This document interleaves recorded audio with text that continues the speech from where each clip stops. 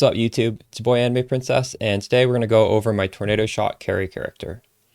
Specifically, I'm going to talk about the changes I've made to make it more self-reliant, so if my aurabot wanders off screen, I'm not going to die. And we've gotten to a point where I can actually do juiced T16 burial chambers completely solo very comfortably. So I suppose this build is now a hybrid build that works solo as well as in a duo. So let's go over the priority of upgrades you should be making to get to this point.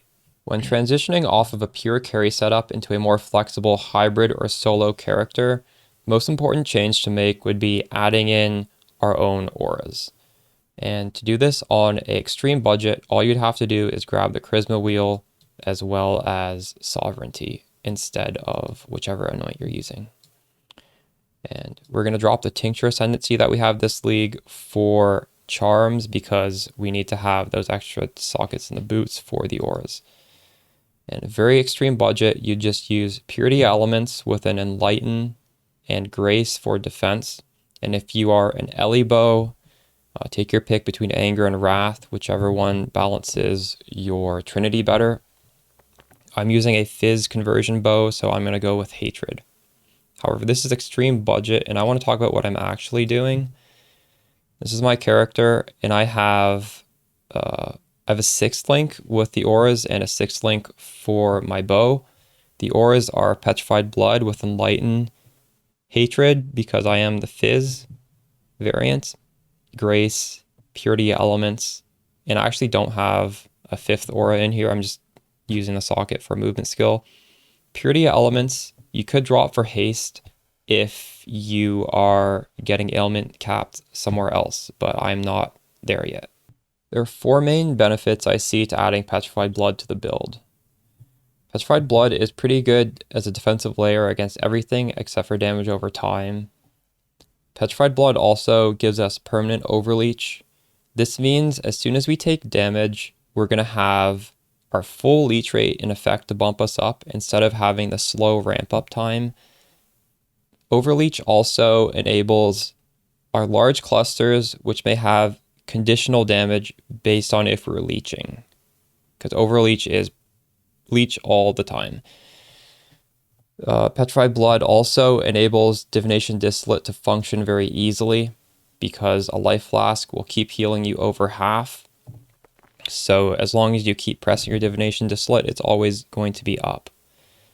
And the final benefit would be it enables you to put some auras reserved with Arrogance on your life because it is cutting your life pool in half without really making you weaker to hits. There are a bunch of different options to get the mana reservation required to squeeze in Petrified Blood, so we're just going to go through a quick rundown and you can take your pick. Looking at the tree, well, we're obviously doing Charisma Wheel with Sovereignty. Another way to get even more would be a small mana reservation efficiency cluster. I recommend going 25% increased effect because it's so much cheaper than 35% increased effect. And you want one notable, and this notable is going to match whichever your damage aura is. So we're Phys conversion. I'm doing Hatred, has 50% mana reservation efficiency. You could do Anger or Wrath. Another option would be the body armor. We can just look at that in game. So I have a Hiri's Ire with Corruption +1 to level socketed gems. If you are going to buy one of these, I would recommend to 6th link crafting bench, go 4 link sockets for 5 all orbs, and then you can just try your luck with tainted fusings and hope it goes to 6. And to get the 6 sockets, again, maybe just go to 4 sockets and then spam Tainted Jewelers. It shouldn't be too expensive to 6 link it. You don't need to buy one that's already 6 linked. Hiri's Ire is going to feel a lot better than Greed's Embrace. I do have a +1 level to socket gems Greed's Embrace as well, though. So if I'm playing with my aurabot and I don't care about all this extra survivability and speed, I could swap over to this. But actually I'm using a third option, which is simply a body armor that has 10% increased mana reservation efficiency of skills, and you can craft this with an essence. So that's what I do for the body armor. And obviously, if you're using the +1 level to socketed gems, that means your auras go in your body armor and your tornado shot goes into the bow. Because the +1, the reason why we're using this is to bump the Enlighten from level 4 to level 5. So that's your options there. And then another option would be on the helmet. You can also get mana reservation efficiency through an essence. And I'm not using that, as you can see, because my suffixes are intelligence, chaos res, and fractured rarity. And whether or not you do go for the mana reservation in the suffix, you do want to use Eater of Worlds Ichors to get increased mana reservation efficiency of skills in the implicits. As for the rest of the skill gems, I'm using Arrogance support to put Dread Banner and Precision onto Life Reservation, which takes us to about 25-30% reserved, which gives us a big buffer for the Divination Distillate to keep giving us quant. The reason Precision is 11 is simply because for my personal character, when I go to Tornado Shot on the Calcs page, my main hand chance to hit gets 100% at level 11. So you're just aiming to hit 100% and then you can stop leveling your Precision. We have Steel Skin on left click as our guard skill. We swap back to using Sniper's Mark with Mark on hit. The reason we're life tapping this is just because this is constantly going off costing mana, and I don't want to run out of mana for my Tornado Shot. But depending on your mana on hit and your mana regen, you may not need to use life tap. You could experiment with or without. We have Frost Blink as an instant move skill, and we have Blink Arrow as a slightly delayed move skill. The advantage of Blink Arrow is it leaves behind a clone, so if you're running away from some crazy monsters, those monsters will be slowed down a little bit by that clone, and you can start blasting them from a safe distance while you leech your life back. This setup is the same as before. We're shooting out Frenzy with Mana Forged arrows. We're getting some Frenzy charges and power charges. Now on the map, if you do get an altar that gives you reduced defenses for Frenzy, I would recommend simply taking out the Frenzy gem for that map and putting it back in after you finish the map, because this is not necessary. We've got the Tornado Shot set up for a Phys bow here. If you're using an Ellie bow, your gems would look different. Let's talk about my gearing and the priority of the upgrades. I'm just going to say flat out, you should not be running T16 maps juiced solo without a Headhunter. And that's fine because T7 maps are quite profitable. You can run those with a Bisco leash. Headhunter runs 160 divines and this should be top priority. But even with a Headhunter, you're not going to be comfortable in a T16 map unless you have Progenesis, because the start of the map, you're not going to have all of the modifiers and you're going to be squishy as hell. Progenesis is 105 divine for a reason. This just keeps shooting up. I don't know when it's going to stop. But Progenesis with Headhunter are basically the 1-2 punch for doing juiced T16 maps. As for your bow, if you do manage to get a mirror, I would recommend mirroring C. Kaiba's Agony Thunder Phys bow.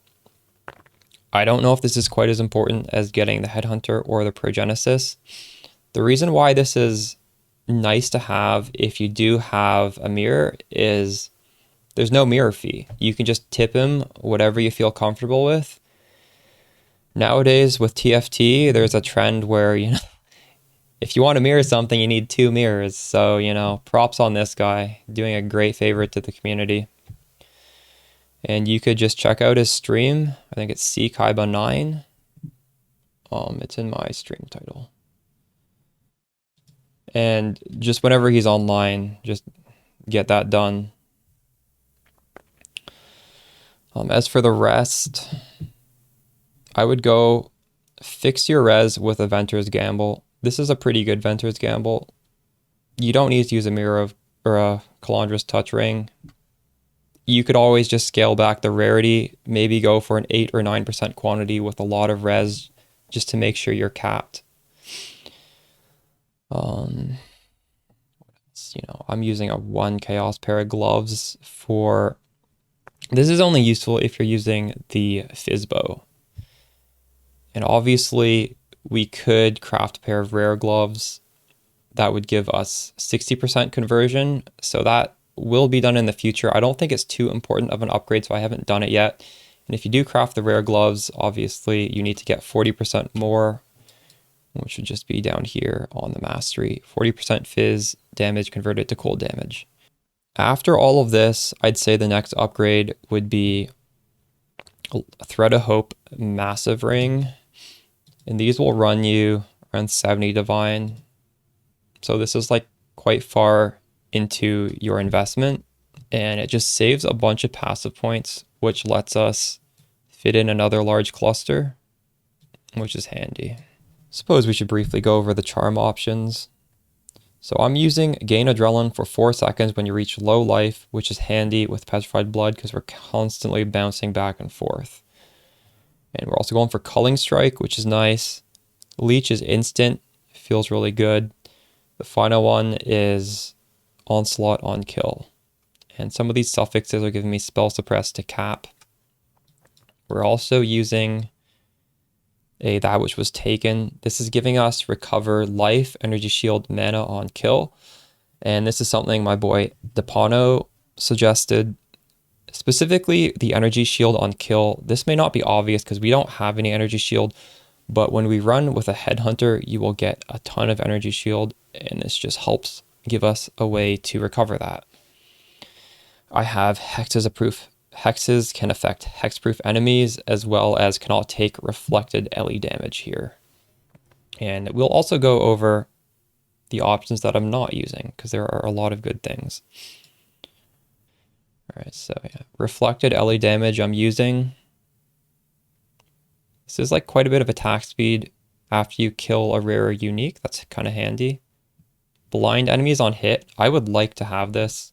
Since we're evasion based, having enemies blinded is quite a good way to get some bonus defense. To maximum rage, this isn't really too useful. If you get the gloves, if you craft the rare gloves, you could opt for rage generation in the implicits, but still, this is only 5 rage. Probably not top tier. We're using Leech's instant. Banner skills have no reservation, would let us get a little bit more life back here.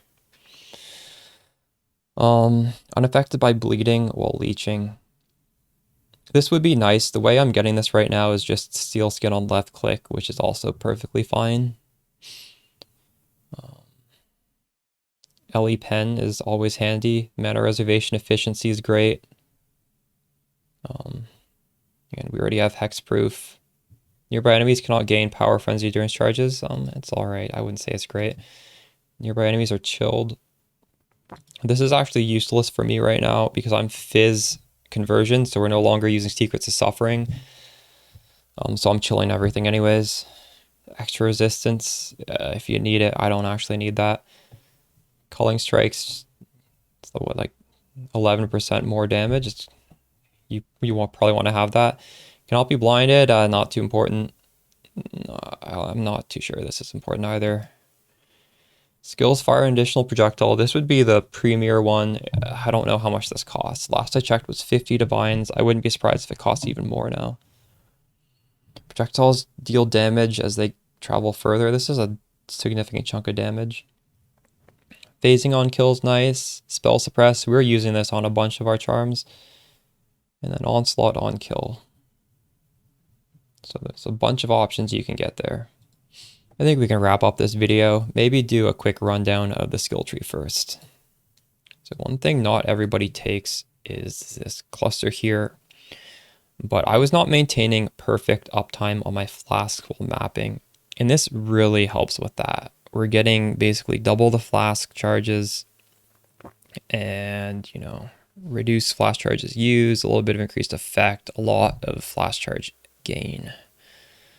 Some really good value points here. It's not going to show up in POB, but it's going to make the whole experience much better because you do want to have full uptime on the flasks. If I had an extra point, I wouldn't mind taking 50% increased effect of non-damaging ailments just to proc little bit better freezes, although, you know, we'll have to move some things around if I want to accomplish that. If you are doing abyss chasing, you may want to unspec long shot and spec into point blank.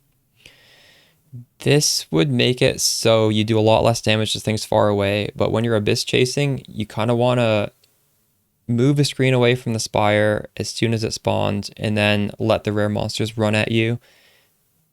And point blank makes it so you do a lot of damage to the monsters right in front of you, but you're not hitting the spire for quite as much damage. And I guess in conjunction with that, you could also take off,